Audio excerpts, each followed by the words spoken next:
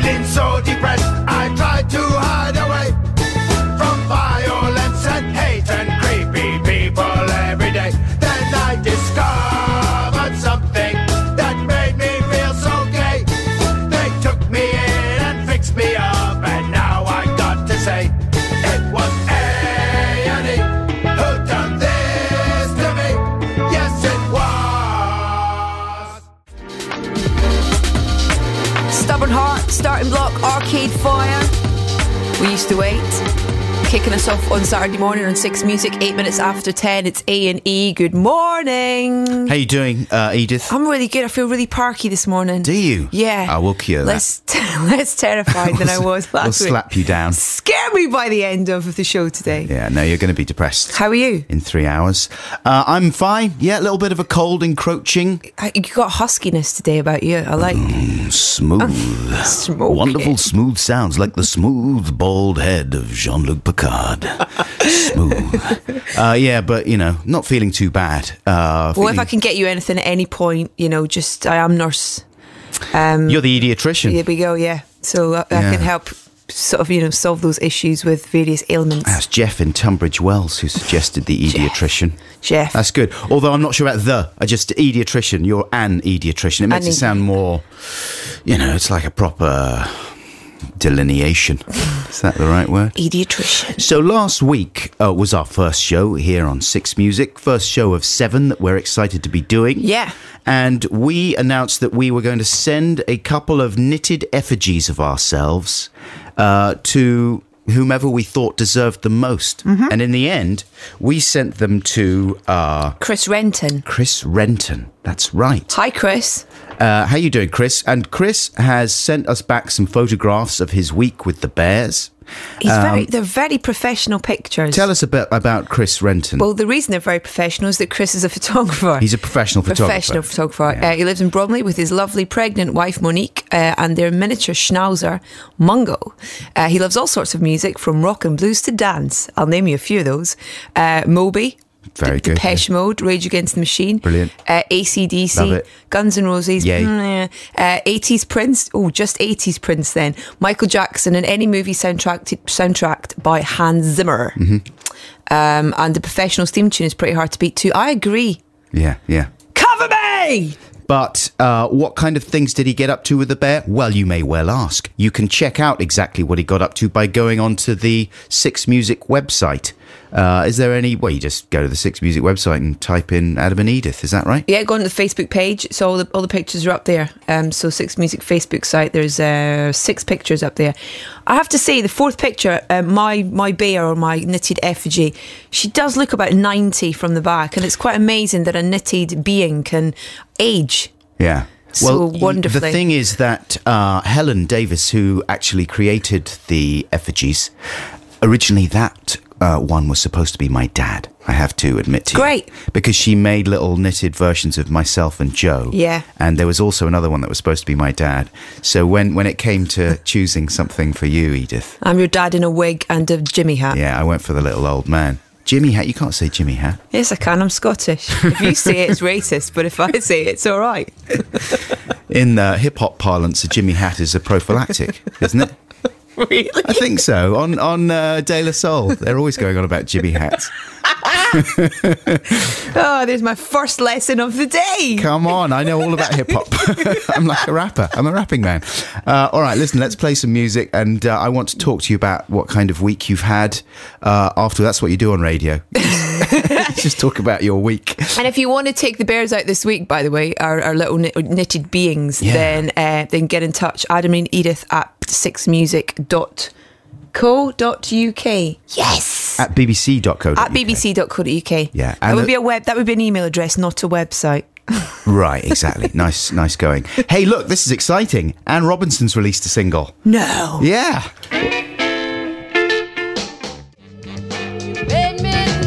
Who knew Anne Robinson had such a great voice? She's got a wonky face and she's a bit snippy, but what a voice on her. That's incredible. Snippy's such a great way to describe her. That's the polite way. So what kind of week have you had? It's been quite full on, actually. Yeah, full on week. I left here last Saturday, went straight up to the homeland, to Scotland, to do the Scottish BAFTAs, which was celebrating everything Scottish. It's people in kilts and drinking Iron Brew and gingerness in the room. And then I had to hang out with Michael Caine this week as well. Did you? Yes. How was that? Good or bad? It was quite nerve-wracking because he's a bit of a legend, do you know what I mean? But he's very nice indeed. And I had a bit of an icebreaker with him as well. A story that I've been wanting to tell him for years and never been in his company to be able to tell him, like I would be anyway, which was that my granddad bought the bus from the Italian Job. Did he? When I was a kid. How much did that set him back? I've no idea. And we used it to go to my aunt's wedding. Did he blow the bloody doors off it? I'm sure that's why he bought it, with an intention of doing that. Yeah. I'm not sure if he get his hands on any explosives. But after that wedding, there was definitely a lot of damage to the bus. Wow. Yeah, so that was He didn't exciting. seem that impressed by it, to be honest. Right. Wow, you hung out with Michael Caine this week. That's impressive. I just... What'd you do? I got a bit passive-aggressive with my wife about the way she cooked broccoli. You need to lighten up on her. I mean, Yeah, you do you know, reckon? the problem with the darkness, problem, you know. It's true, yeah. I mean, because she is a saintly figure. I mean, she does everything. She keeps my life going in every conceivable way, and she's a wonderful mother and a beautiful woman. So what did you ever go to her this week about? Well, I got back after the show on Saturday. I was looking forward to my meal. Seared tuna. Seared tuna. Oh, just thinking about it makes me excited. And that was accompanied by broccoli. Love broccoli. It's my favourite of the vegetable family. And but the problem was that bedtime stories went on quite a long time. My daughter demanded 4 in the end, and it was non-negotiable. So How old is she? She's 4. We do it by age. Right, It's kind of like, you're 4, you get 4 books. Oh yeah. Well, it's going to get unmanageable after a while, isn't Then it? we'll turn it to pages. When they get past 6, you go 6 pages. That's the way it should be done. So it took a while, and by the time I got downstairs, I couldn't help but notice that the broccoli had been on for quite a long time. And then it was laid on my plate, and it had that kind of dark green colour. Mushy. You know what I'm saying? So I pinched the end of one of the stalks. It just mushed in my fingers like mashed potato. And so I sort of thought, right, okay, this is a problem now. And I said... You didn't tell her. Well, I did. What am I going to do? I'm not just going to sit there and eat mushy broccoli. That's insanity. So I said...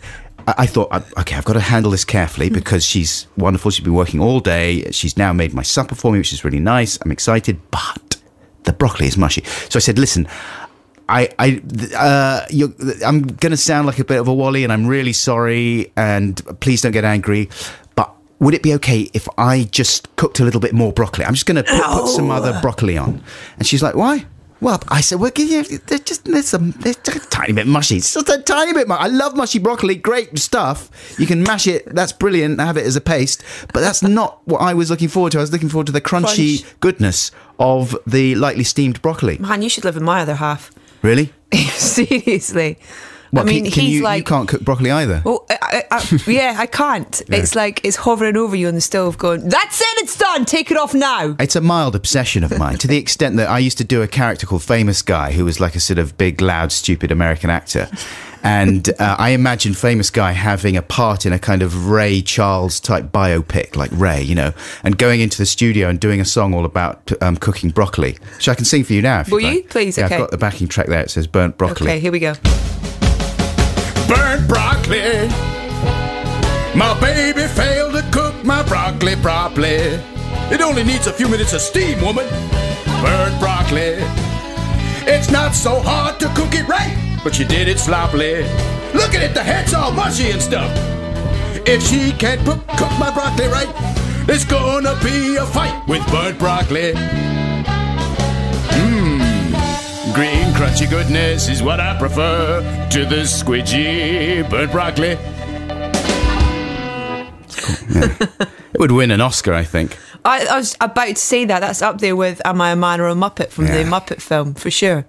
That's what needs to happen. That needs to come out in a kind of alarm form in your kitchen as soon as your broccoli's ready for everyone. It's true, isn't it? It should be piped in. Yeah, right. Edith, piped in. you've got a song for us right now. Yes, My Morning Jacket. I can't remember how I heard them this week, but I heard My Morning Jacket in my ears at some point this week, and so it made me go back and revisit the album Zed, which I absolutely love. It's a good one, isn't it? Very good album. So from it, I've picked It Beats For You. So enjoy this with your broccoli.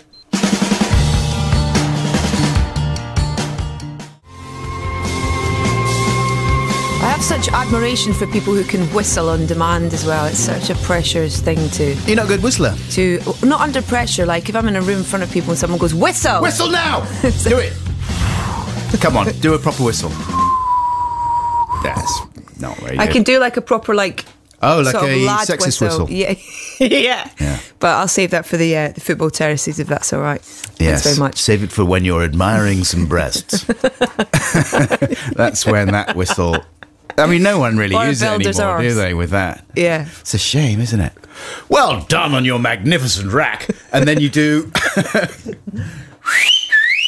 That is good. That sounded like we were playing it in from a CD. You're a very talented woman, Edith. You know, one of the other things that happened to me this week, which is very sad, was I dropped my external hard drive. Ooh. And I dropped it onto a carpeted floor. And I've done it many, many times. And usually you pick it up, you think nothing of it, plug it in, it mounts, the icon pops up, your day goes on. Did you get a sad flashing icon?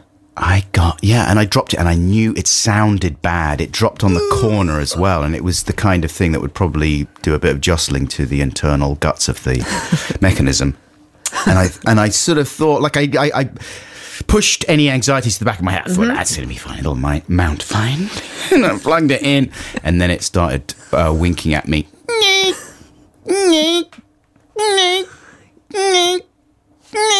I was like, oh, that's not a good sound. And then it didn't mount, and no, it's... You didn't do the backup of the backup of the backup? No, I didn't. And I mean, most of my life is spent backing things up. It is ludicrous. I spend all my time archiving and backing up.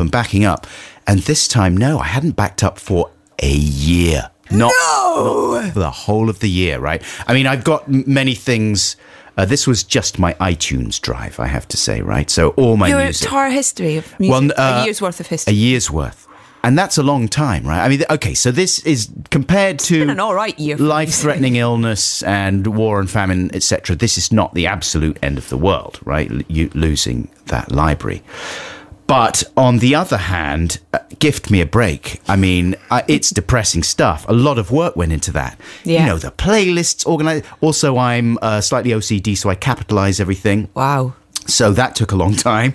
Did you just go and sit in a dark room and cry for like I had to get on the train. I was on my way to the train and I was late and I got flustered, and that's why I dropped it in the first place. So I had to go and get on the train and try and push it to the back of my mind. But while I was cycling to the train and everything, I kept on like computing in my mind, like, what have I lost? What have I lost? Cycling faster. And then I phoned my brother, who's like an IT guy, and said, listen, what's the deal as far as data retrieval with these kinds of things? And he said, nah, it's not going to happen. Not from a drive that doesn't mount. So if there's anyone listening out there who disagrees with that, and I said to him, like, well, what about on Sex in the City, she gets it all back. Exactly, and James Bond and stuff like that. Yeah, they've blown the thing to bits. It's been like in the centre of a nuclear explosion. They say, yeah, no problem, we'll get that stuff files back. It's absolutely fine, you know, from this twisted piece of charred on a plastic. carpet, and you can't get it. Yeah. It's ludicrous. I mean, I think you can, forensically, you could go in and pay millions of quid to get it back, but... Is it worth it for the new Tame Impala album? I think it is. If anyone can help Adam with his technical issues, then please do get in touch. Text us. I mean, I really just feel depressed about it now. That stuff really gets to me. I love a bit of technology. And the other thing is, like, once you've bought all this stuff as well off online or whatever. Yeah.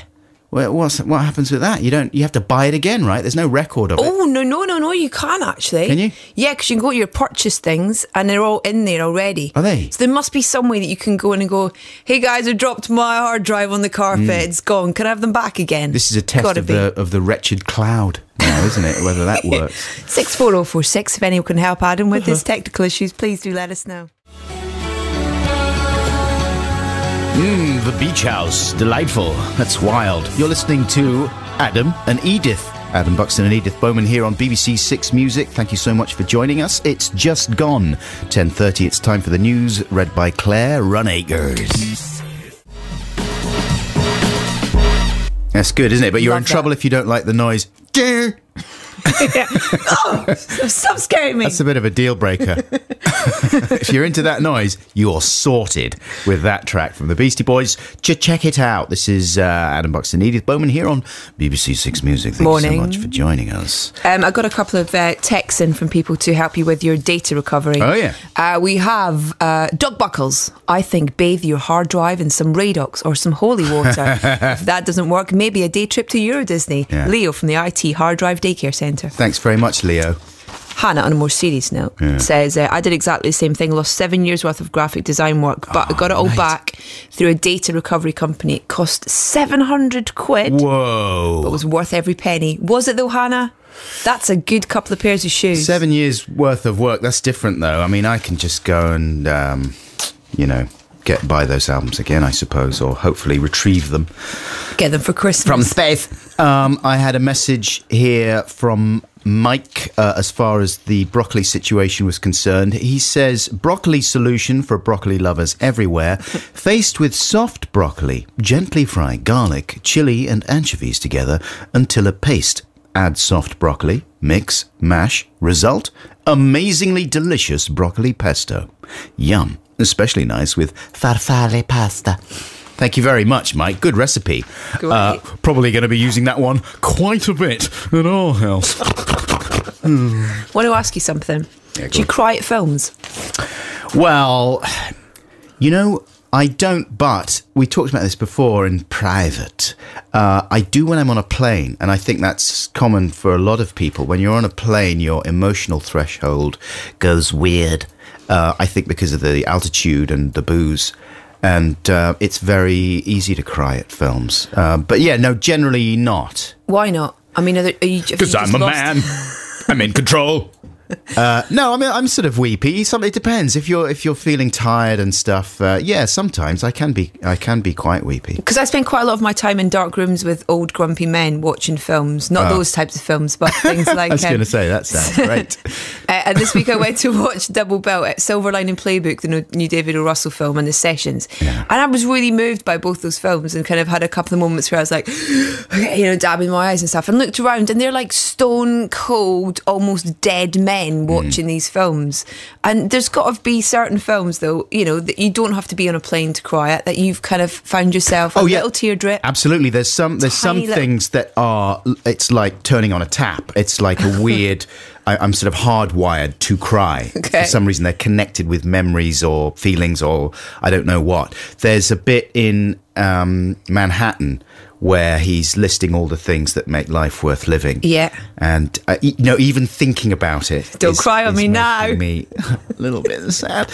And he lists all these things and then he gets to Tracy's face and then he sort of chuckles to himself a little bit and then he rushes off to try and find Tracy before she leaves Manhattan. And that makes me very sad. Yeah. And what's the other one? There's another one. Forrest Gump? No, not Forrest Gump. No. That doesn't make me sad. The only thing that makes me sad about that is Forrest Gump, is the whole film. But there's things like things with dads. That gets me a lot. Yeah. Mr. Stevens in... Champ. Is it Remains of the Day with Mr. Stevens, the butler, with Anthony Hopkins? Yes. And yes, Emma yes. Thompson? That is painful throat territory. Yeah, The Champ for me. The Champ? Yeah. Right.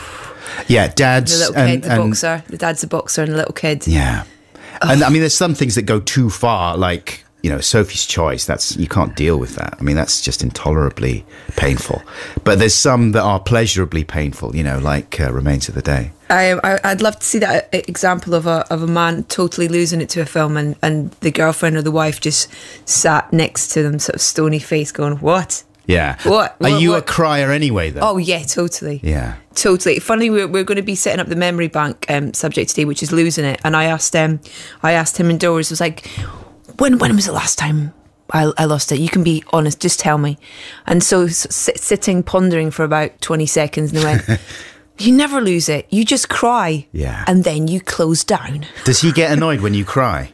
No, I don't. Well, sometimes go, what are you crying for again? Because sometimes you have to be so careful, because sometimes it's like, okay, you're crying, you're upset, but then other times you're like, is this one of the times that you're upset, or are you just automatically irrational? crying? Yeah. Yeah. And after a while you have to say, all right, listen, you've got to stop crying, because this is not useful now. We've got to sort of move beyond that. And I remember last time I was pregnant, we went into a restaurant and for some lunch, and on the menu it had like some kind of salad as a main course, and I was like, I'm not that hungry, I'm going to ask the waitress if I can have it as a starter size.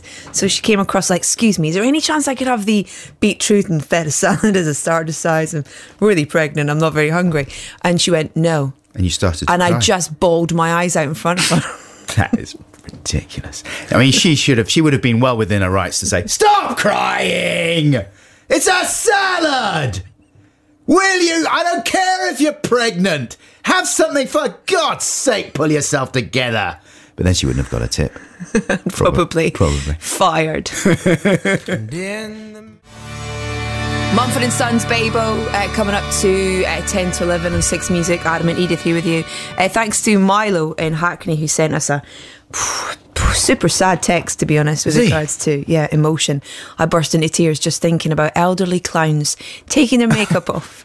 The thought of a person who brings happiness being old, sad and alone whilst pursuing a dying art form. Tears. Real tears. Is he every serious? time. Sob. Old clowns. That is a very specific emotional trigger. I mean, luckily, there's a good chance you can probably avoid that scenario by just steering clear of clowns, especially in their old age. I know what you mean. It is sad. You know, speaking of sad clowns, I did a photo shoot this week with a guy called Dave Brown, better known as Bollo from the Mighty Boosh. Okay. He plays Bollo, and he's also a brilliant artist, and he, did a lot of the covers for the Boosh stuff. And he's doing this exhibition of photographs of comedians looking sad. Well, not just sad, actually, but not looking like goofy. You know, usually in photos, comedians have to point at the camera and pull crazy faces. So Dave's done some really great portraits of people like Bob Mortimer and Phil Jupitus and Julian Barrett and Chris Addison. And you? And me, yeah. What face did you pull? Show me your face. Well, no, I wasn't allowed to do a face. Okay. It's all like fairly blank, and then he brings out your inner ugliness. It's one of those photos that's you can see absolutely every pore. You know what I mean? It's really quite brutal. And then feed you mushy broccoli. Yeah, exactly. So we have got some David Bowie coming up right now, after which I'm going to tell you an exciting Bowie-related thing that I'm doing. Very exciting. Very shortly. And this is John, I'm Only Dancing, which is an extremely homosexualist song. Like specifically about, I think, hanging out in a gay club called a Sombrero that he used to frequent back in the day. Whereabouts that? Do you know where? Kensington, I think, somewhere like that. I don't think it's there anymore. Mm-hmm. But that was Bowie's hangout in the early 70s. And I think I'm right in saying that this song was sort of inspired by those heady days. John, I'm Only Dancing. Have a listen.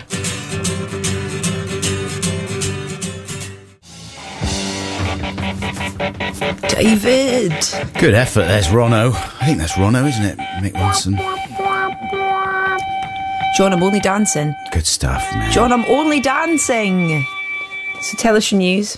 So my news is, and I've mentioned this at a couple of live gigs that I've done, but basically I am going on Celebrity Mastermind.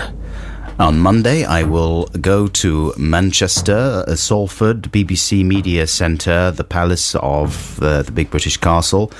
It's kind of like the Fortress of Solitude out there in Salford. And I will appear on Mastermind. My special subject is David Bowie in the 70s. I'll answer, first of all, some FAQs about Celebrity Mastermind, frequently asked questions. Yes, there is a very rigorous selection process for Celebrity Mastermind, which consists of 5 years of mental and physical challenges conducted over a period of not less than 5 years. This means that the celebrities you see on the show are some of the cleverest and most able celebrities in the country. Yes, the questions on Celebrity Mastermind are considerably harder than they would be for a regular show because celebrity intelligence is that much greater than it is in those who are not celebrated. Yes, sometimes the celebrities do pretend to do badly on the show. Really? Yes, it does happen. Maybe I might do that. But that is specifically in order to entertain people at home and give them the illusion that some celebrities are capable of being Stupid. ignorant and stupid, yes. But that's all part of the entertainment Part of the celebrity process, because at the end of the day, that's a big part of it. So that's business called show. I might do that. So basically, I've been doing a lot of reading about Bowie, because you think you know someone or something. You love it, yeah. Mm-hmm. I've always loved Bowie, but then when it comes down to the Specifics. facts, yeah, dates, times, personnel, Middle names. Oh, it's not so easy. And I've been reading lots of books on him, and you think, oh dear, I don't know any of this stuff really. So it's very nerve-wracking indeed. And then just the general knowledge round, I'm in trouble because I'm not good, like playing Trivial Pursuit and stuff. Forget about it. I thought we could help you with that. Forget about it. Yeah, you're going to ask me some questions. Yeah. Oh man. See, I could never do it because I don't know enough about one subject. I don't have the concentration to be able to answer enough questions on one thing. You know a lot about film. Yeah, but again, it's just like kind of random stuff. Like, yeah. I can't even think of a question. See, that's how bad it is. Right, here we go. How many strings does a standard Spanish guitar have? Oh, what? 6. Hold on. I've got something here. That's not a correct thing, though. Yes, that's the right answer. Yes. Which star sign is represented by the twins? Gemini. Correct! You're going to fly this. In Greek mythology, specialist good at that. What did Prometheus steal from the gods? An alien baby with a weird kind of waxy face. Fire. The Malon Fable is the French television... I'm sure that's how you pronounce it, by the way. Is the French television version of which British quiz show? Le Malon Fable... What? I bet they say Le Malon Fable. Au revoir. Oh, right. Weakest Link. Yes. One more? Yeah, go on then. Which town did the Pied Piper rid of rats? Hamlin! Yes! That's a ridiculous question. You may as well just might say, come up. what colour is a carrot? Well, you see, it could be green or orange. Could you get green carrots? No, you get okay. Yeah, you can't get green carrots. What? And purple ones. Shut up. Yes, you can. Shut up. You Shut can. it. Shut up. No, you can't. Can you really? You can. You're blowing my mind. What's that? Sorry, Adam Buxton, your time is up. Yeah, but you started, so you must finish. All right, stop that. It's blowing my mind. Is it scaring you? Yes, it's going to be really terrifying. I was talking to Richard Herring about it, because he went on. He did very well, but because he was up against other people who did incredibly well, he got pipped to the winning post by one question, I think. He was a little bit angry about it. What was his special subject? Rasputin. Have you ever seen Rhys Thomas, the comedian? Yeah. His specialist subject was Queen, and he stormed it. What, the Queen or the band Queen? The band Queen. Okay, yeah. He got the highest number of correct answers, I think, ever in the... That's a pretty good subject. Yeah. He's amazing. It's worth looking at on YouTube. He's like a machine, just getting it all right. What do you win for? What do you get for winning? You win? I think you get a Lamborghini. Awesome. Yeah, that's brilliant. That's why I'm doing it. So I want a Lamborghini. Okay. It's charity, innit? So you give some money to charity, and then you get to keep the Lamborghini. And this is happening on Monday? Yes. Wow. So next week, I will tell you how it went. I can't wait. And by the way, Can I come and watch? You could if you wanted. I'm allowed love to guess. to. But Oh, it's in Manchester, isn't it? Yeah. Yeah, you're all right. You're not allowed to ask me, listeners. You're not allowed to send in Bowie questions to test me. Don't. Because then it reduces the amount of questions that they can set me. You see what I mean? But anyway, I'll let you know how it goes next week. Now, I've got a free play for you now, folks. And this is a couple of French DJs. They call themselves Birdie Nam Nam. Great. And I sort of stumbled across this on a kind of surfing expedition on YouTube at the beginning of the year. And then we decided to use it as the title music for this show Bug that I did earlier on. And we had to use a very harshly chopped little moment of it. So this is the full thing. I love it. That's just an instrumental, and it's called Jaded Future.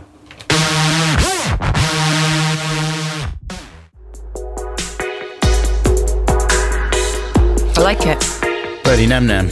She sounds a little bit like the lady in the Diantwood. Or Diantwood.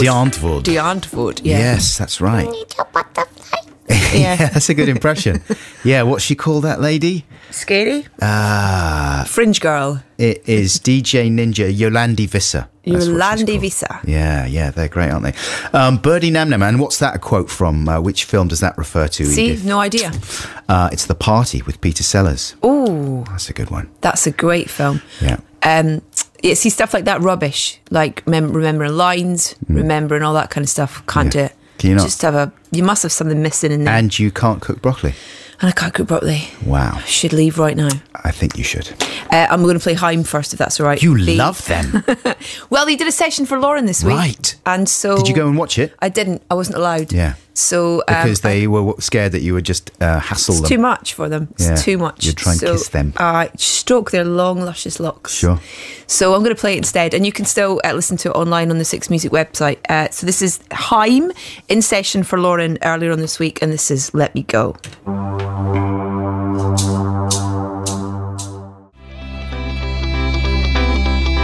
11 on Six Music, Tudor Cinema Club and Son. It's the A&E show. Adam Buxton, Edith Bowman. Morning if you've just joined us. The Ediatrician and Dr. Buckles helping you with your problems. We seem to have quite a few this morning as well. Yeah. Everyone seems to have them. What were you going to say? I was going to say that I love how people are still coming up with their own specific names for us. Sure. And they haven't conformed to what we've chosen. They can't be pinned down. It's almost like a term of endearment of, having a sort of secret name for a loved one. I know, it's nice, isn't it? I quite like it. Yeah. So listen, Memory Bank. Shall we fire off that mother-loving jingle? My favourite thing in the world? Yeah. Time for some stories you deposited in the memory bank. The memory bank, the memory bank. We're the nice bank. Would you like to bank with us? All of them are truthful. Every now and then they're a little bit frank. The memory bank, the memory bank. Ooh, I'm sorry about your very overdrawn. Email us your stories or text or tweet or send them round with Hank. Send them with Hank. Send them with Hank to the memory bank. No one's taken advantage of the Hank method of communicating their stories to us so far. It's only week 2. Yeah, but if you do want to get in touch and send us a story on this week's topic, which is losing it in all its various forms, but I suppose mainly meltdowns we're talking about, then the address and the text number are, Edith? Text number is 64046. You can email us, Adam and Edith at bbc.co.uk, or you can tweet us at BBC6Music, please. And the address is... Did you say the address? Yeah, for the email, emails. Yeah. Adam and Edith at bbc.co.uk. Oh, right, okay. Yeah. I suppose we should Unless you want snail mail. We should... You're insane. We should have some terms and conditions as well for... If you're going to get in touch with us, you have to stick to a few rules. They're very important, and here they are. When you text or tweet, please make sure it's safe to do so. Please do not tweet while driving, flying a plane, performing major surgery, speaking to other people, sitting in a cinema, or making sweet, sweet love. Please keep all communication concise, amazing, and non-abusive. Excessively long and rambly messages will not be read. Charges for stray apostrophes will appear on your bill. Messages may be edited, then read out badly or in stupid voices. We cannot accept responsibility for distress caused by failure to read out messages. Your texts will be charged at your standard message rate. Thank you. There you go. That's more or less covered the whole thing. So, losing it. Yeah. Good suggestion from Joe Nunnery, who works on the show, and I think it's brought out a lot of good examples and stories from listeners throughout the week. Yeah, definitely. Keep them coming in.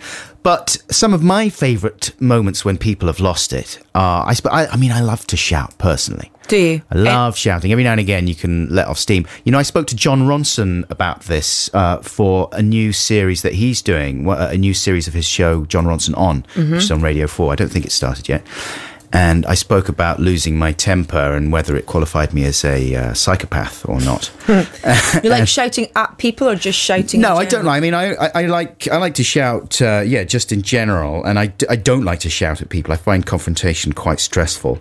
But maybe for that reason, I enjoy it when I see other people doing it. Yeah. You know what I mean? Especially British people.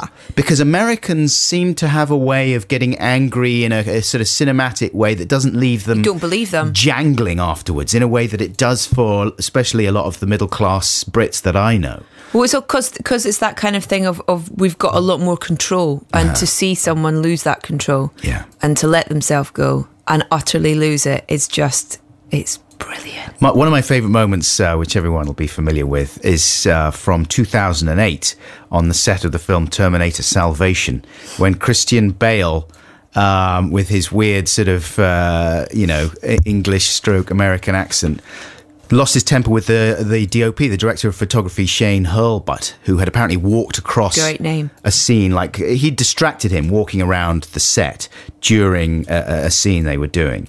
And Christian lost his concentration and got very angry. Here's a censored clip, which I've done specially for family listening, just to give you an example to remind you. Are you professional or not? Yes, I am. Do I can walk around and rip that? No, shut the up, Bruce. Do I want? No! Don't shut me up. Am I gonna walk around and rip your lights down in the middle of a scene? Then why the are you walking right through? Da-da-da-da, like this in the background. What the is it with you? You do it one more time, and I ain't walking on this set if you're still hired. I'm serious. You're a nice guy.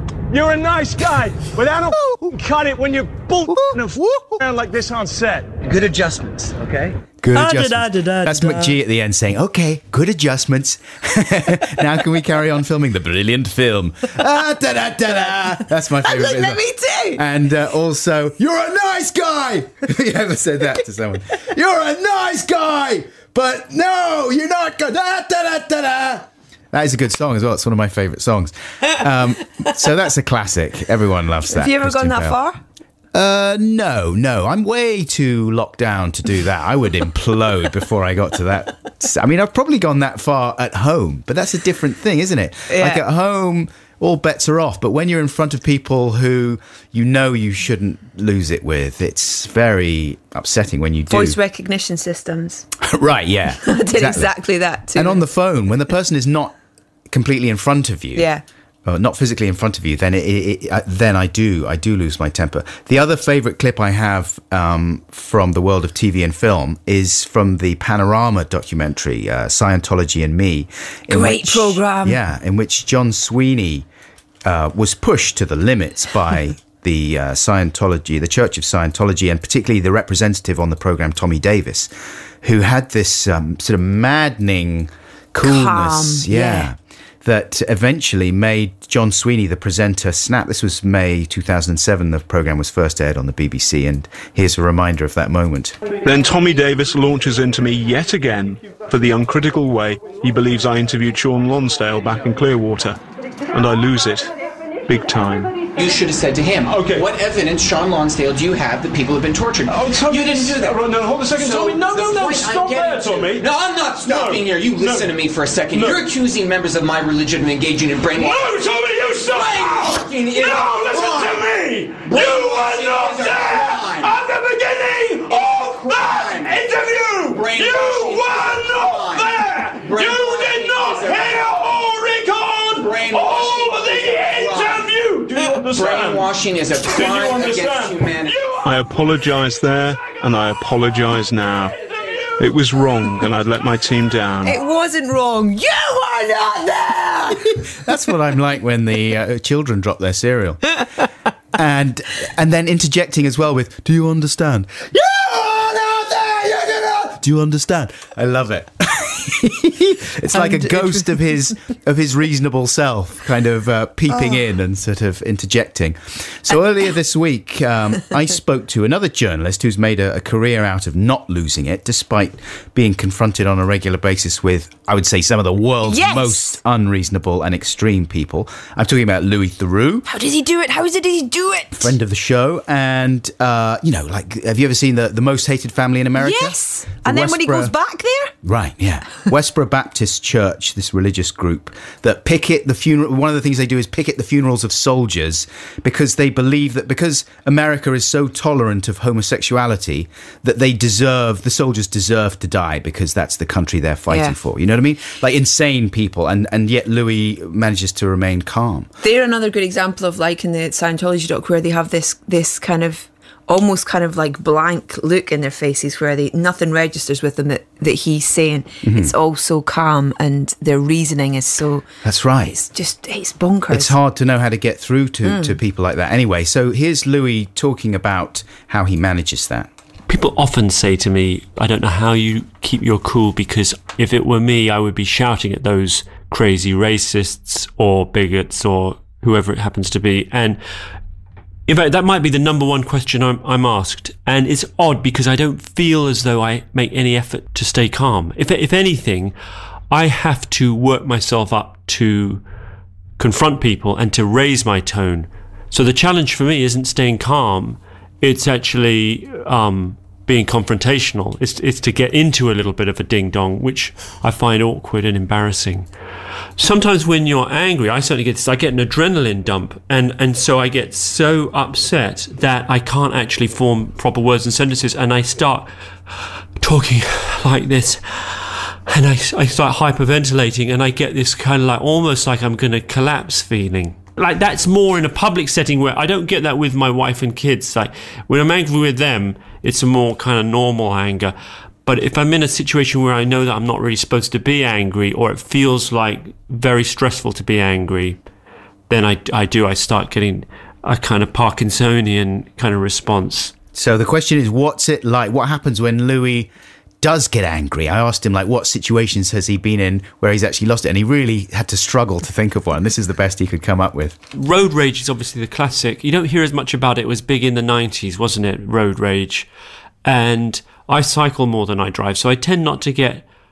I've never really had much rage in the way of driving, but occasionally, if you're on your bike and you get abuse, sometimes people shout abuse. I was driving along and someone shouted out, "You're going to get yourself killed!" Just because I did some creative weaving. He rolled down his window and said, "You're going to get yourself killed!" And, which in a way is kind of considerate thing to say, but I construed it as abuse. So I cycled around the other side, and then his wife was in the other seat, and she rolled down her window and said something like, "Do you know your driving is a scandal? Why don't you obey the laws like we do?" And I said, "Okay, and why don't you just stuff it up your bum?" And it was one of those things like where I thought, I don't know why, I just took a slightly reasonable tone and used this effete language. "Why don't you just stuff it up your bum?" But I was really angry. I don't know if that was slightly embarrassing like that. It's like my anger came out in this sort of like slightly distorted, muted, I'm going to be polite and use a silly word. It didn't feel like the best thing I could have said.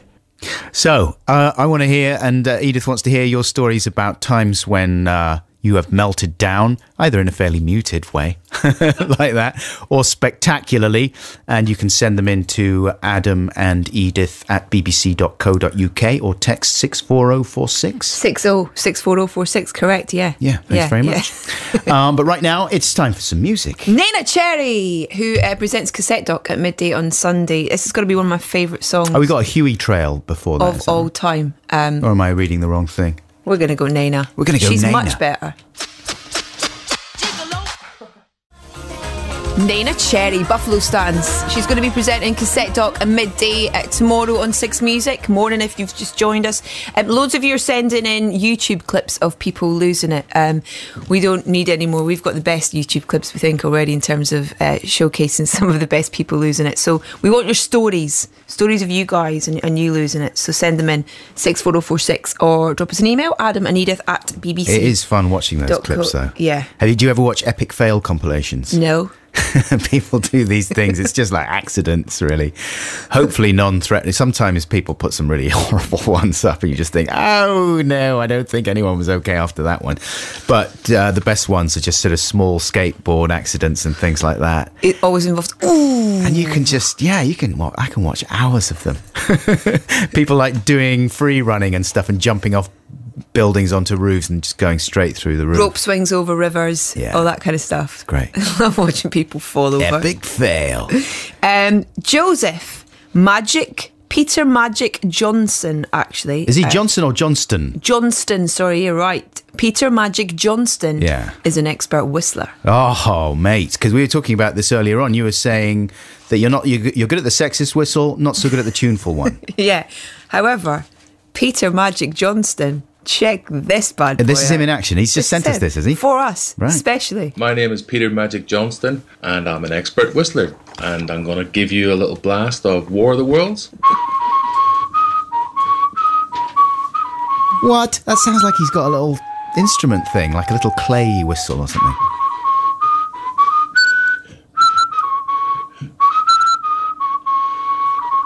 That's amazing. He's doing That's the a whole thing. flute, surely. We're going to be here for a while. Should we just leave him to it? Yeah, let's just leave him to it. There we Jeff Wayne could get him in for the new restaging of the War of the Worlds, couldn't he? That's Yeah. amazing, Who needs Peter Gary Magic Barlow? Johnston. I wonder if there's any footage of him online, so like to prove that that's actually his mouth and not a special instrument Penny that whistle. he's manipulating.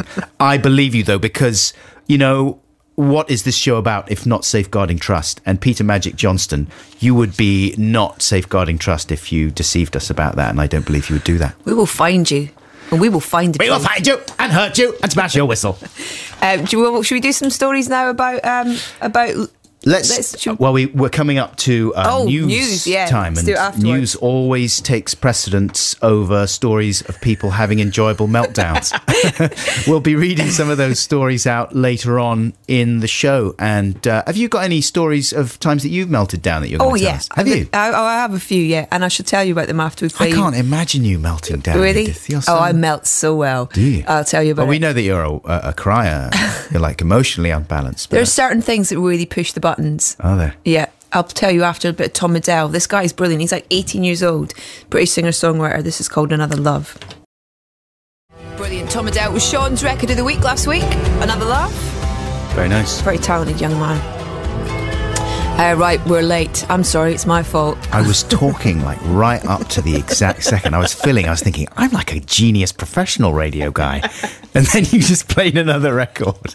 So now, let's get some news with Claire Runacres.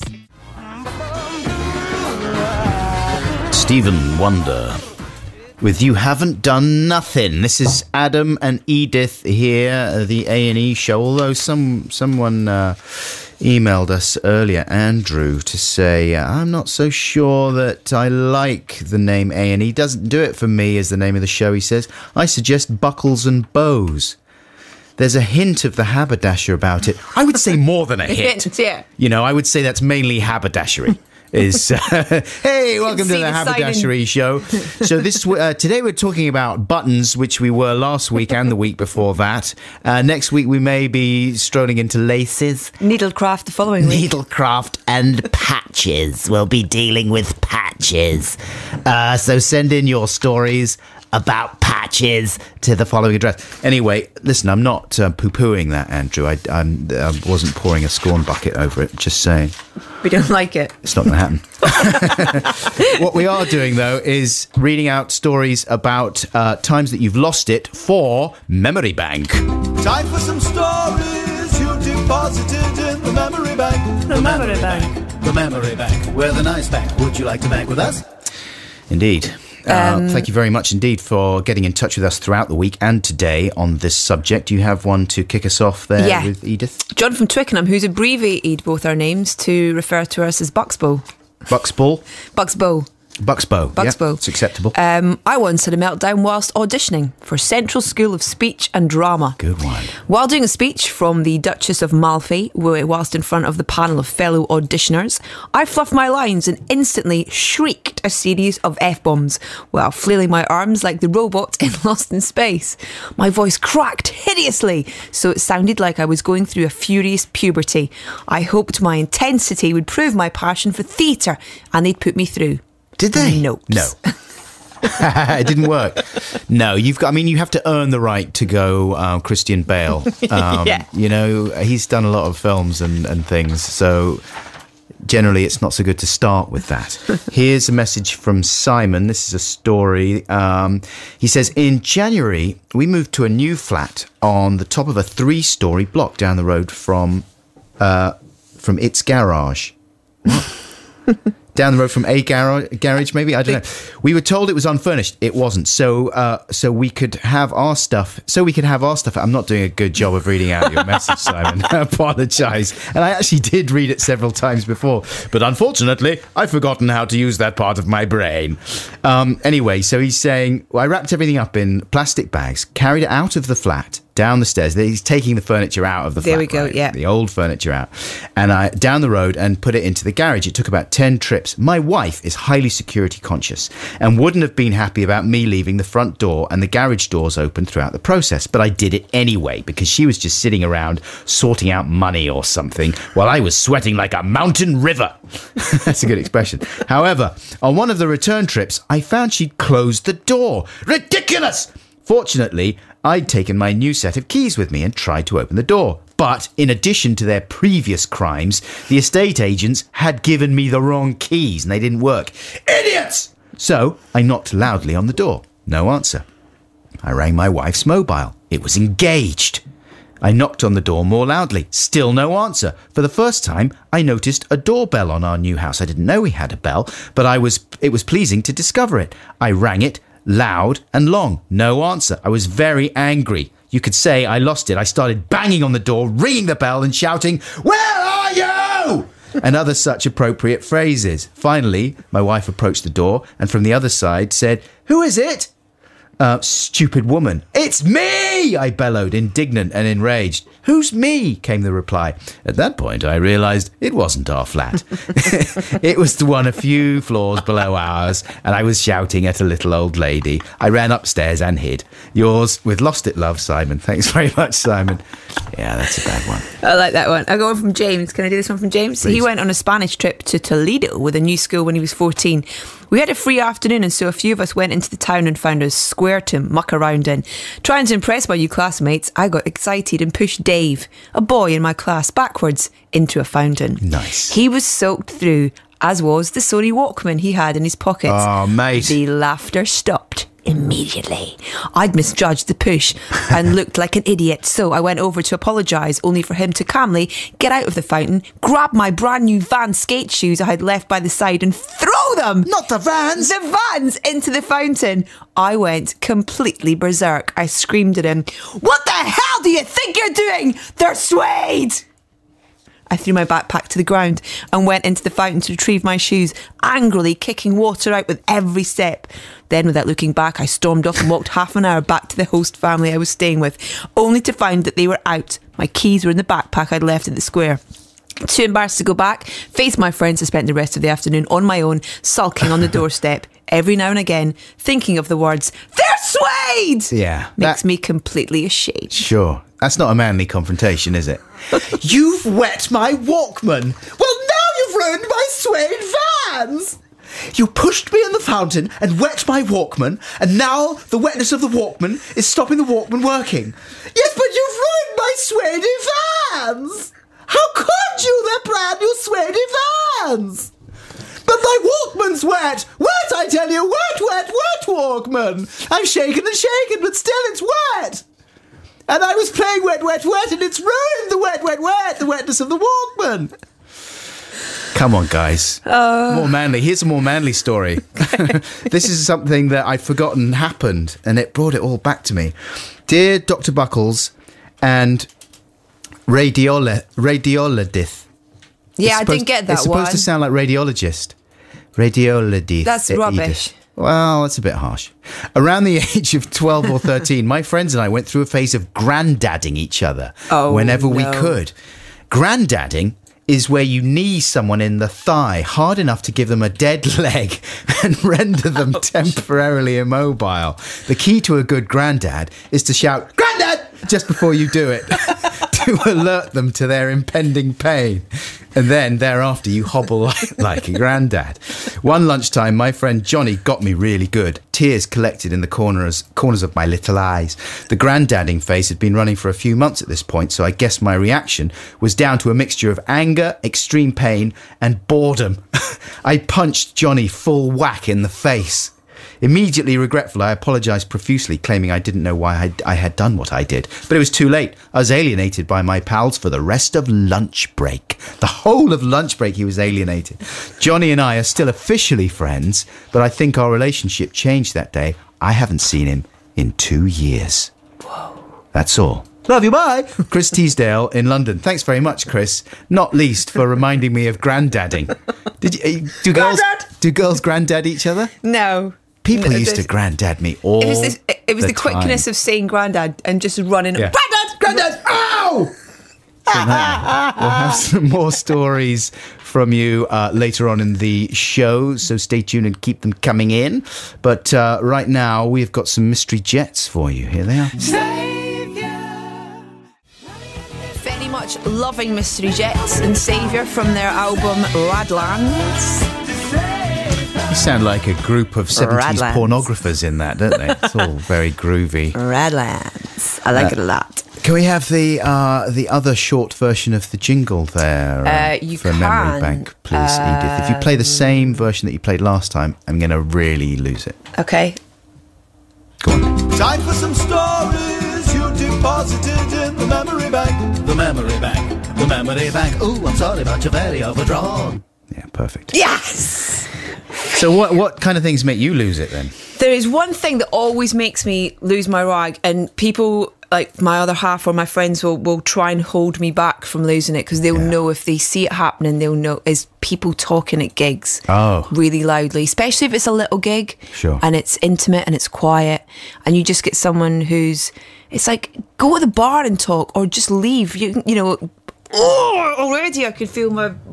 Yeah. Oh, my goodness. Ooh. And do you go and say something? I do, and I completely messed up just last week, actually. I went to see my friend Andy Burrows play, and there was a guy stood in front of me, closer to the stage, talking, and he talked to that level that was, you know, that thing, he wanted other people to hear him, so it wasn't just a whisper, so he wasn't talking to his friends like that. He was like, yes, so when I, you know, it's like, oh, come on, through the entire gig. But I chose the wrong words to say to him. Instead of going, shut up, I went up to him and I was like, are you going to talk through the entire gig? At which point he turned around to me and went, yeah, if that's all right with you. Whoa. So I had like, what do I say to him now? I was like, oh, he's kind of shut me down. You just walked away from that? I just had to walk away. Shut down, deny. Shut down. Yeah. Come on, get yourself together. You could have come back with, no, it's not all right with me. I want you to stop it, please. Joe told me a story about going to see, what are they called? King Creosote at the 100 Club. And he went up and he physically, he didn't assault the woman, but he got, she was chatting away and he went up and he was really enraged and he sort of patted her on the back quite hard, and then she turned round and he sort of wobbly voiced said, sorry, but I wonder if you'd mind being quiet, please, you know, in a really weird way, like everything gets away from you when you're enraged. You know. And I think as well, because he'd invaded her physical space, she was really freaked out, and I think she didn't, I can't remember if she started crying. I don't think she started crying, but she looked wigged out, and Joe felt weird about it afterwards.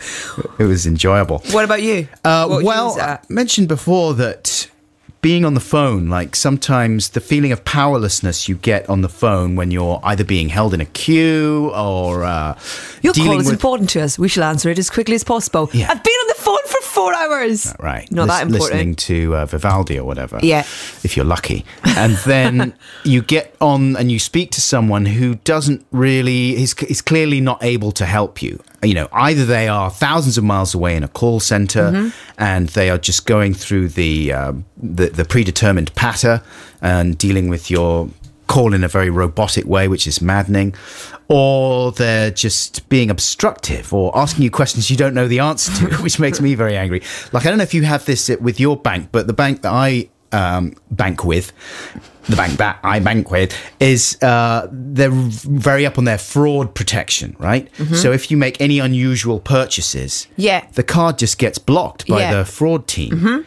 And it's just insane. And I live out in the country, so every now and again the card gets blocked and there's nothing I can do about it except go into my actual branch into town to get Take it unblocked. 18 forms of ID with you. Yeah. And Or the other thing is that you have to, like, if you call up to say, no, listen, this isn't a fraud thing, you have to pass security questions to establish that it's your card. I never know the answers to the question because it's not the same set of questions. Like, they'll vary it sometimes. You know what I mean? Yeah. They'll say, what purchase did you make last February and what country were you in? I don't know. And they're like, well, you bought something at a computer shop last February. Which country was it in? Australia? No, I'm sorry, that's wrong. You failed the security questions. You're going to have to go into your branch. You're what? You're insane. And the other thing that gets me, I've had to deal with the phone company recently because the broadband's gone down in the place. Don't get me started on that. And they literally have made 5 appointments, none of which they've kept. And each time, because this is a place away from home that I'm working at, I have to make a special trip, spend the whole day there in the massive slot that they give you, do you know what I mean? Between 1 and 6 or whatever. Yeah, 8 and 8. And they don't show up. And I've tried every single way of dealing with them. Like on some of the calls, I'm super calm. I'm like, hey, it's okay. Hey, these things happen. Hey, I'm a cool guy. I'm a Gonna groovy bake guy. you a cake. I'm a disco guy. That's fine. That's fine. Let's just arrange another appointment. And so I've tried that. I've tried being more tougher. Like, this won't do. I've paid a lot of money to get here. I've paid £50 to get on the train and get here for the day. I've ruined, I've lost a whole day. I'd really appreciate, I know it's not your fault, but I'd really appreciate nothing. And then full meltdown I've had, okay? Don't give me the patter! No! I want to talk to someone who can sort this out now! You must have a superior! Put me in touch with the superior now! I'm not getting off the phone until you do! No! Don't transfer me somewhere else! I don't care! Get me results now! Nothing. One of my favourite meltdown things is a guy who phones, or rather BT call him. This is from a few years back, like dawn of the internet, one of the first things I heard online. And this is more sweary in real life. I've chopped it for family listening, but listen to this guy in action. What the hell do you want? We're calling today to ensure you're getting the best value and service. BT have got an offer to you. Phone call up your and get me off this. This is an ex-directory phone and now includes British Telecom. Okay. We pay the bills, now get off my phone line. Do you understand? I understand, sir. Good. Right. Well, make sure it's written down and don't ring me again. Okay. Otherwise, I'll come and sling your screw in his neck and I'm in physically. No problem. Do you comprehend? Yeah, all it takes is a couple of seconds. I've got you to go and... No problem. Do you comprehend? Yeah, no problems. Thank you. Good. Don't ever ring again. Right. Thank you for your time then, sir. Thank you for using BT. Cheyenne, could you do me a favour and listen to that last call for me, please? He sounds so troubled, the kid. He's amazing. The guy from BT he deserves a medal. It's persistence. Yeah. Thank you very much, sir. Thanks for using BT. Don't ever call again. That's maximum hairdryer. Stay on the phone. Why did he stay there? Just put the phone down on this mentalist. It's like, what? That's good, isn't it? Well, listen, we're going to find out some more of your stories in a moment. But right now, I've got a free play for you. And this is sort of nominally... I actually didn't really think hard about whether this would be a good song for Brian Eno to listen to or not. But if you're listening, Brian, this is just a song that I like. From an artist you may or may not know. She used to be in the Fiery Furnaces. I don't know if they're still a going concern, the Furnaces. But anyway, this is from her first solo album, Eleanor Friedberger. Used to date Alex Kapranos from Franz Ferdinand. Did she? And also Britt Daniel, lead singer of Spoon. Ooh. She's going through all the musicians. The indie stars, yeah. But I love this song from her album that was released last year. This track is called My Mistakes. You know I do my best thinking when I'm flying down. Beth Orton and Six Music. Call Me the Breeze, 6 minutes after 12. Adam Buxton and Edith Bowman here with you until 1. And before that, lovely choice, Eleanor Friedberger. Good saxophone in there. Really good. You know, that's an instrument that's gone out of fashion, really. Yeah. But since Simply Red days. Made to sound brilliant there. Like it a lot. She's amazing, Eleanor Friedberger. I saw her playing live in Sydney when I was there at the beginning of the year. And I was very close to her. In every conceivable sense. I felt intimately linked with her and sort of fell in love with her a little bit while I was watching the show. Have you seen her since? No, otherwise, if I tell you any more, my broccoli is going to be in a terrible state. It's going to be past mushed. This evening, yeah. And that was your song for Brian Eno. We were going to do this thing over the next few weeks where each week we're going to pick a song for Brian Eno. Yeah, it's difficult because, I just think that if he does listen, then the fact that we're talking about him is probably going to make him switch off. You know what I mean? Because I don't think people like to they get embarrassed or they're made to feel self-conscious then. He likes listening in anonymity, I would imagine. Yeah. Well, So I wanted to make him a jingle. I think we've probably repelled him. Anyway, in case we haven't, you're going to do him a jingle. I really want to make him a jingle. Will it be in the style of something that he would do? Well, that's what I wanted to ask you about, being the master of jingles. I'm like Santa. I'm the jingle king. Jingle King.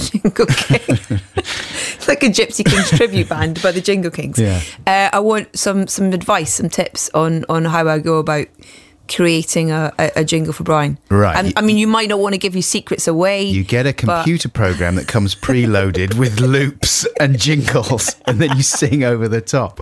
That's how I used to do it. Now, what do I do? I mean, have you got musical skills yourself? Very, very kind of basic. Well, you could do an a cappella thing. I mean, Yeah. if you're eschewing instrumentation, certainly it might be something that Brian would appreciate. Yeah. Because he loves the human voice. He loves As the an power instrument. of harmonies and backing vocals. Yeah. I heard him talking about the fact that he thinks a great pop hit should be something that you want to not only sing along with, but harmonise with and do sort of BVs on, you know? Doo-wop. He loves doo-wop. Doo-wop, okay.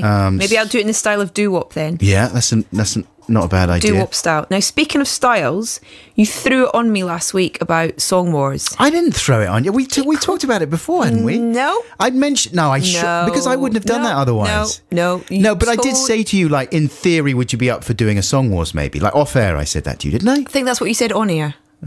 Well, I apologise if that's the case. But no, I'm up for it. But I want to check out the R&Rs, the rules and regs. Okay. Because, are we doing it in a style of? No. Okay, no. No, there's no rules. I mean, There's no rules? No, I don't think so. I would say keep them relatively short. Like, don't go over 3 minutes. Okay. Certainly.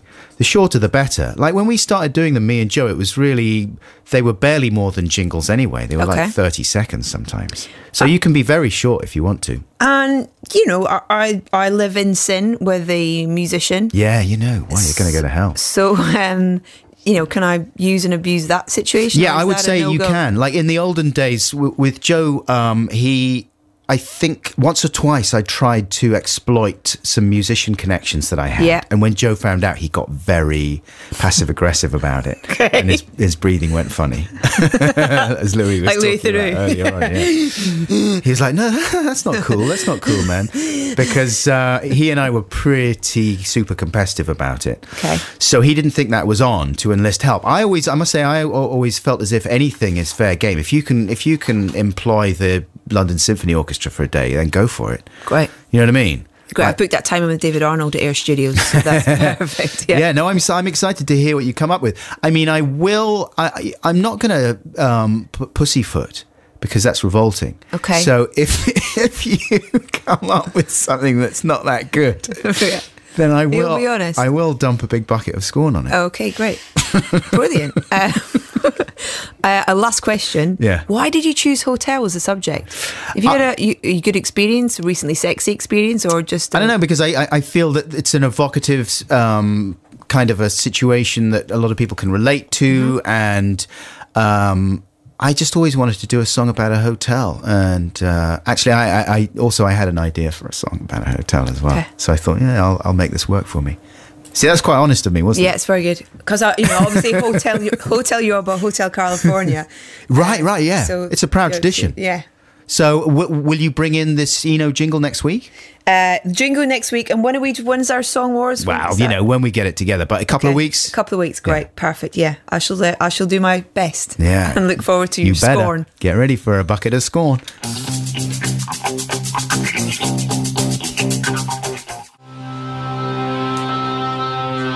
That's Olden Charlatans, That's right? old. Yeah. Old and good. He's got crazy hair, that guy, He's got amazing hair. I listened to his new single yesterday, actually. It's quite good. He's got crazy bleach blonde mental here. Bit like it's actually kind of styled mine slightly on. Except you've cut the front Gorgeous. of yours off like a visor. Yeah. Have you got the bit that you cut off somewhere glued onto a visor so that you could I just kept it in reattach case we have another knitty doll. Right. I can just stick it on If that. you ever wanted to go to a charlatan's gig, you just glue it back on and pop your visor Got my down. Tim Burgess fringe. That would be good. So, Edith, I have a question for you. Yes. And it is thusly: what do you consider to be the most shockingly irresponsible song ever? Wow. I mean, that's a big question. It is a big question. Irresponsible song. Something by maybe a rapping man or... Yeah. I'll tell you what I found utterly offensive and wrong was one of the most recent Dappy songs. Oh, Dappy, what is he doing? I mean, you'd think that he'd be a sensible guy to look at There's him. a word I've described this and you associated with nappies, but I can't say it at this time on a Saturday morning. Yeah. But yeah, awful. Just leave now. Dappy, what are you doing? What are you doing? I mean, you're supposed to be an upstanding pillar of the community. Do you know what I mean? Role model for hundreds and thousands of small animals. Teens. And, well... rodents. That may well be a shockingly irresponsible song. Yeah. But it's not the most shockingly irresponsible song ever made. I'm talking about What Shall We Do with the Drunken Sailor? Early in the morning. Early in the morning. That's the song that is still taught to children today. Really? Yeah. Children still know that song. That is a standard sea shanty, like, because everyone knows that young children need to have in their musical locker a selection of sea shanties in case they go a seafaring. You know, that's a very important part of everyday life still. But no, seriously, I think a lot of children still do know and have heard What Shall We Do with the Drunken Sailor? Certainly we grew up with it, right? Yeah, definitely. And there are many bits. I mean, this is a song, just to remind you, about a crew member on a ship who has been on an alcoholic binge, and he is being dealt with by the people singing the song in a variety of profoundly, distressingly unhelpful ways. Bits of advice, there's very many variations in the song, but bits of advice include put him in the brig until he's sober. Put him in the scuppers with the deck hose on him. Shave his belly with a rusty razor. Oh no, that's dangerous. Give him a hair of the dog that bit him. I mean, that's just very... Don't encourage his alcoholism, surely. Put him in the bilge and make him drink it. What's the bilge? That's like all the sloshy water down in the basement of the boat. I know all the boating terms. Right. Put him in a bed with the captain's daughter. He'd be quite happy about that, surely. Maybe, but that's very irresponsible. We have to hope that she's... Anyway. Yeah. But I've got nothing against sea shanties per se, right? Mm-hmm. But when something that grotesquely irresponsible comes along, I feel as if I have to do something about it. So, because that is, I would say, may I say, the most un-PC shanty?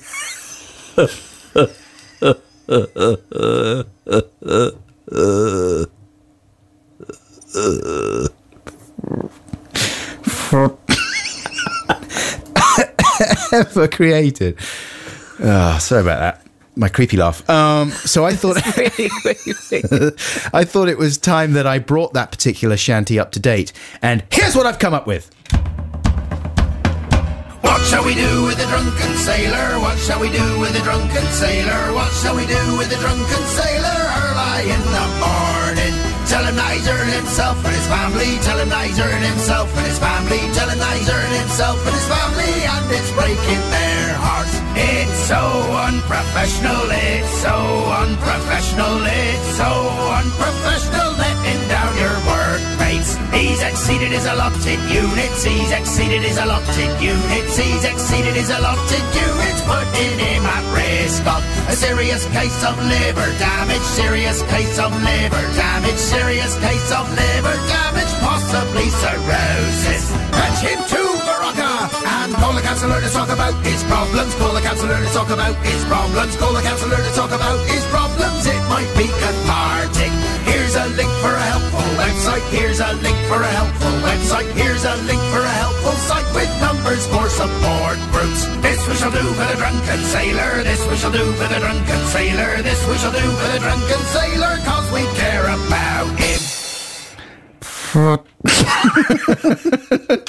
There we go. There's something in you providing a service for parents and providing PC versions of most nursery rhymes. Yeah, I mean that shanties. one could run and run, really. Yeah. And we could pepper that one through the podcast as well. If anyone's got any other alternative bits of advice for the drunken sailor, then send them in, and I'll record the heck out of them using my stupid voice. All right, what have we got now? Band of Horses and Feud.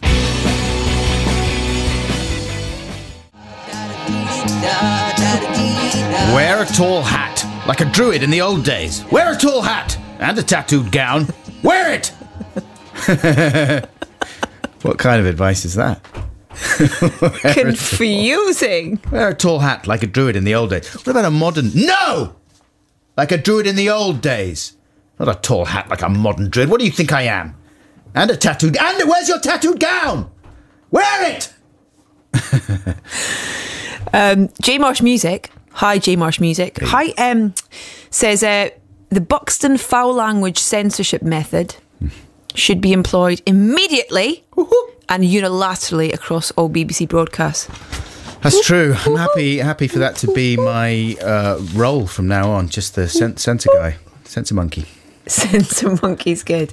Should we do a couple of these? Yeah. Time for some stories you deposited in the memory bank. The memory bank. The memory bank. We're the nice bank. Would you like to bank with us? Here's a story right now from a guy, Lorne. He's a male man from Birmingham. And he says, I remember losing it a long time ago. He actually writes a log time ago. I remember losing it a log time ago. The time of logs. Oh, it was back in the forest. Roughly at the beginning of the DVD player era, he says. Returning from the pub with a friend, we decided to watch a film.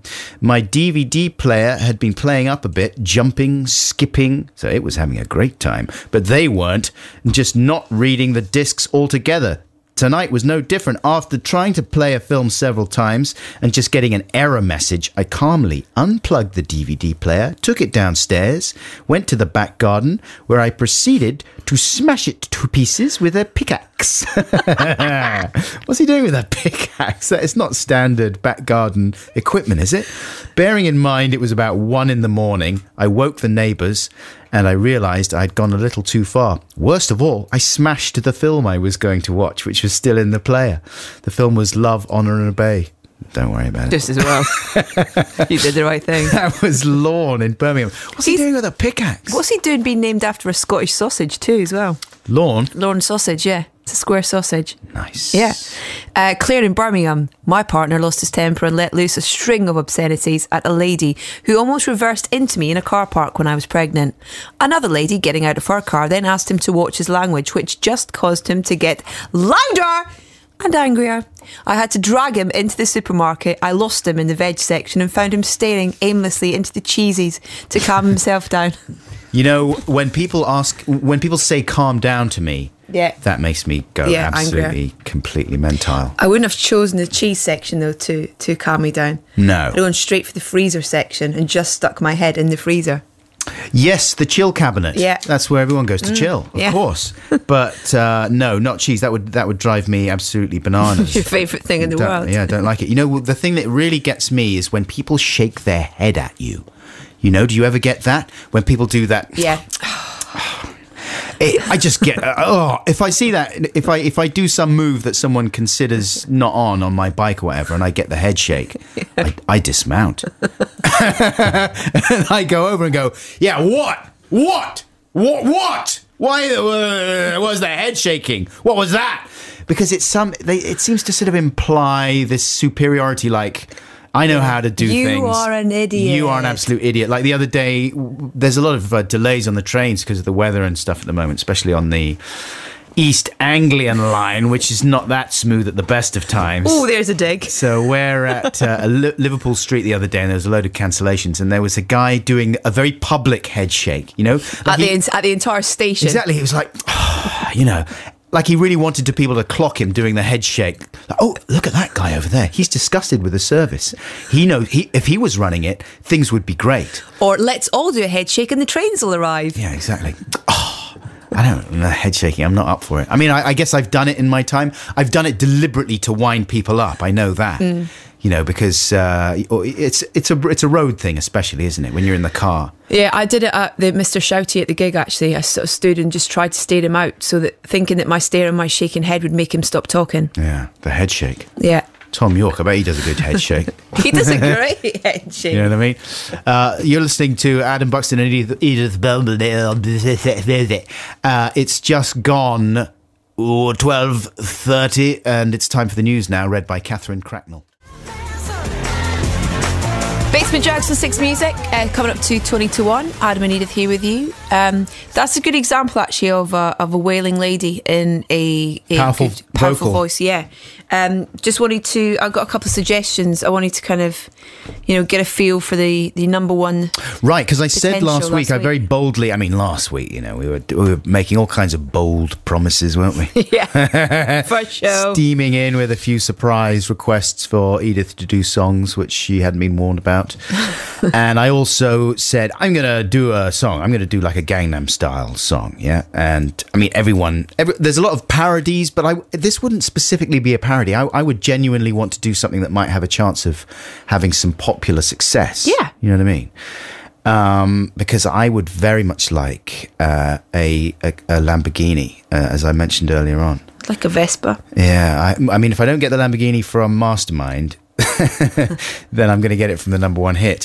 So I was outlining all the elements, and I've been in touch with a producer this week. I mean, still though, if you're listening and you are totally on top of the whole business of dance music and think, yeah, I could do that kind of production job in my sleep, then do get in touch with the show. We'd like to hear from you, because the other thing I need is squelchy kind of synth riffs, like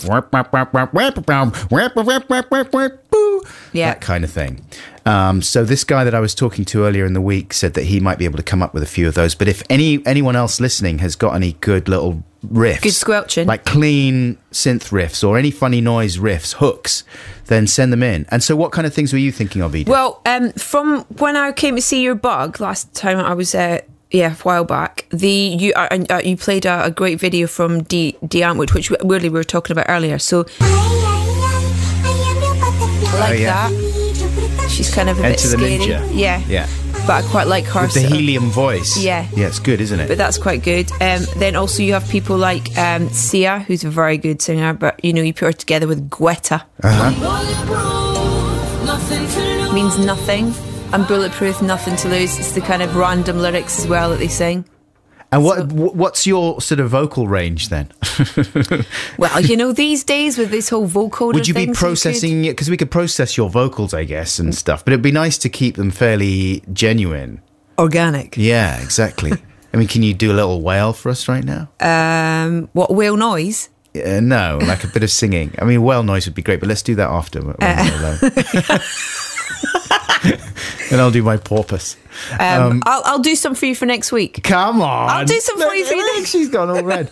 Do it, just wail. Wail. I can't do it. It's like the whistling. I can't do it on demand. Come on. I can't do it. I can't, no. Wear a tall hat and a tattooed gown.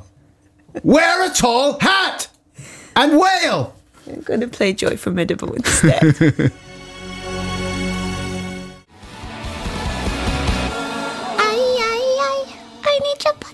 That's a good impression. There you go. Yeah, very good. It's not exactly wailing. All right. Wear a tall hat, go on. And a tattoo gown. Funny you should say that. Someone's correcting you. Oh, yeah. Adam, doesn't it say wear a tall hat and a tattered, not tattooed gown? Don't feel bad, though. I always thought it said take a black cat and sit it on your shoulder, see if it smells. Yeah. Love in pyjamas. Of course it's tattooed, isn't it? Tattooed. Why would it be tattooed? Why would you tattoo a gown? Well, I was thinking like if your face. Mark Bolan, he'd do anything, wouldn't he? Like I was thinking, yeah, tattoo. Of course it's tattered. What a nut bucket. I hate myself. Let's have the Memory Bank jingle one more time. Why not? Time for some stories you deposited in the memory bank. The memory bank. The memory bank. Oh, I'm sorry about your very overdrawn. And here is a message right now. Check this out from Sophia.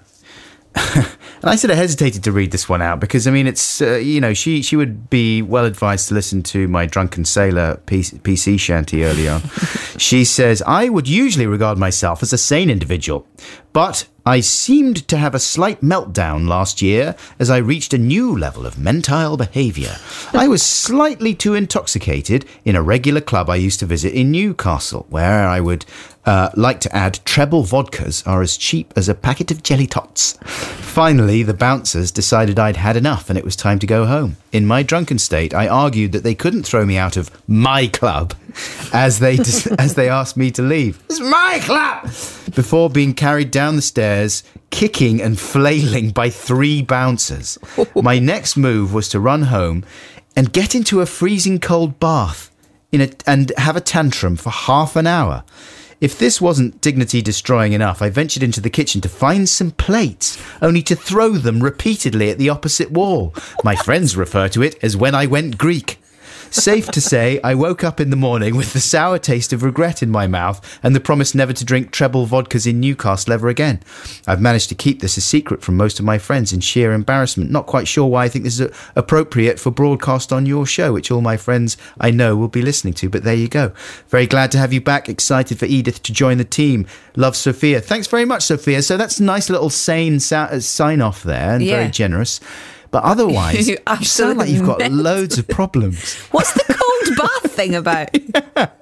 You sound like your life's fallen apart and you need like a lot of help. And some new crockery. I mean, if you had a night like that, manhandled down this out of a club by 3 bouncers. And this is a lovely lady woman as well. Yeah. Not cold a horrible bath. man. Yeah. And then nothing to eat your breakfast off in the morning. Bath. What's the cold bath? Was she thinking that might sober her up a bit? But all the time she was just ranting. It's not cold enough. Where's the soap? And then find some plates to smash. Yeah, because the bath hasn't really worked. That's shocking, Sophia. Proper losing it there. I got one here from Harvey in Notts. At a Muse gig, I screamed, "Get down, you ignorant fiend," at a girl on someone's shoulders blocking the view. I actually went down well with the people around me and we all started throwing empty bottles at her when she ignored me. She got down eventually. Of course, as you would. Exactly. That's what happens at Muse gigs. I mean, that is a lawless environment. Listening to the robotic noise of Muse. And suddenly start throwing plastic bottles. That's not nice, is it? No one likes a plastic bottle battle. I've got some text on the PC Drunken Sailor, actually. Oh, yes, the sea shanty, yeah.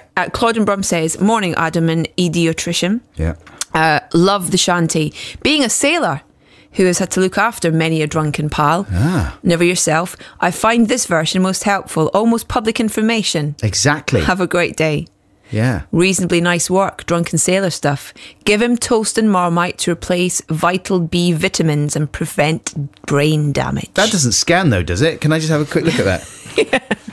Give him toast and Marmite to replace vital B. It doesn't work. That's Come difficult. on, it's got to work. It's actually Give him toast and Marmite to replace vital B vitamins and prevent brain damage. Give him... No. No one can sing it that quickly. Thanks though, Ruth from Glasgow. Bless you. Who else have we got? Drunken Sailor update. Right, kids love pirates. I'll get thoughts from my friends on this and get back. Okay. David in Lincoln. Yeah, can you just take a memo? Live radio show, can you just stop, pause for a second? I'll be right back. I'm going to consult and I'll get back to you on that one, okay? Just stick a pin in it. Thanks very much, yeah. I'm just on the BlackBerry. Blah, blah, blah, blah, blah, blah. And Stu says, "Dear Dr. Buckles, thank you for curing my stress with your wonderful PC sea shanty. I now feel capable of operating heavy machinery, if that were in fact my job."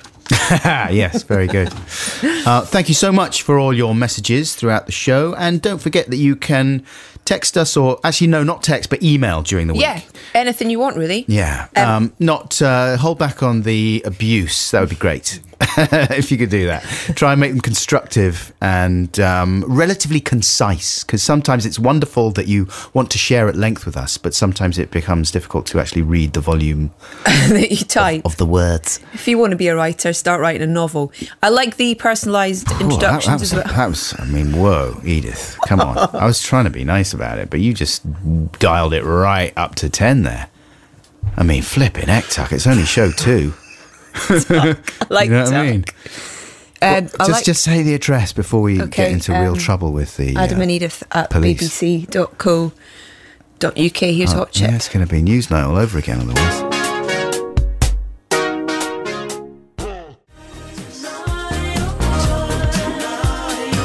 It's another health-conscious song there as well. Here's a message from Jared Duggan from Cheltenham, and he says, no, nonsense. I have just checked several lyric sites, and Adam, Dr. Buckley's Buxton, is right. The lyric is indeed tattooed gown. No. Not tattered gown. Wear a tall hat and a tattooed gown. But maybe all those lyric sites are just publishing Wrong. the same erroneous Yeah. mishearing. Because really think about it, when would you tattoo a gown? Come on. This is the thing. Druids might, and Mark might. I mean, it's tie-dye, yes. Yeah. I know, Tattoos? yeah. It's more likely to be tattered. I agree with that. I just listen. I have a fun story I want to share with you. I just went to the lavatory. Wow. Yeah, it's good. No, but there's like a there's a scary door. There's a hair hanging from the cistern, and it's it's from the Netherlands. It's one of those types of hairs, and from those regions, and it's been there for weeks. Like every time I go in, it's there again. It's like, hey, how's it going, man? And everyone must stare at it as well. If you're a guy, if you're standing and facing the cistern, you get to see the hair. Hey, what's up? What's up? Who do you belong to? I'm looking forward to seeing it again next week. One week I'll get there and it won't be there anymore. Wow. That'll be you need to aim for it. Sad time.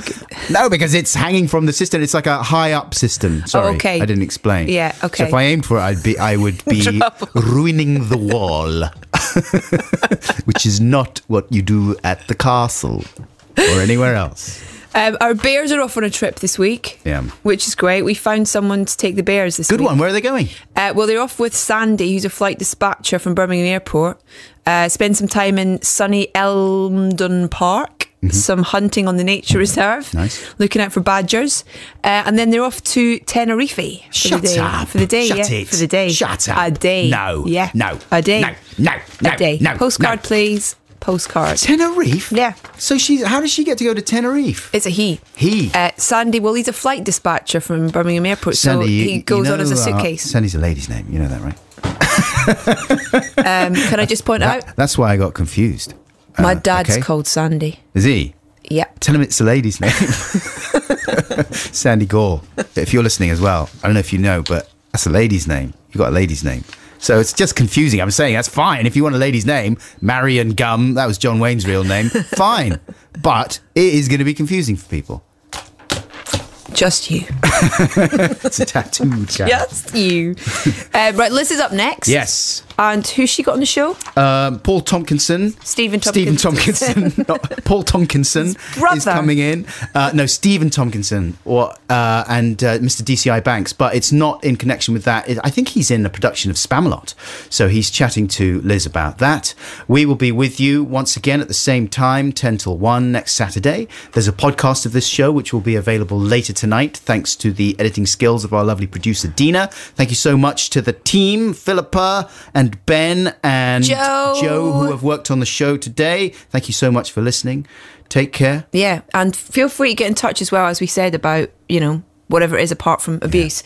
Adam and Edith at bbc.co. Careful in the weather out there, yeah? UK. Come on, guys, keep it together. I love you. Bye!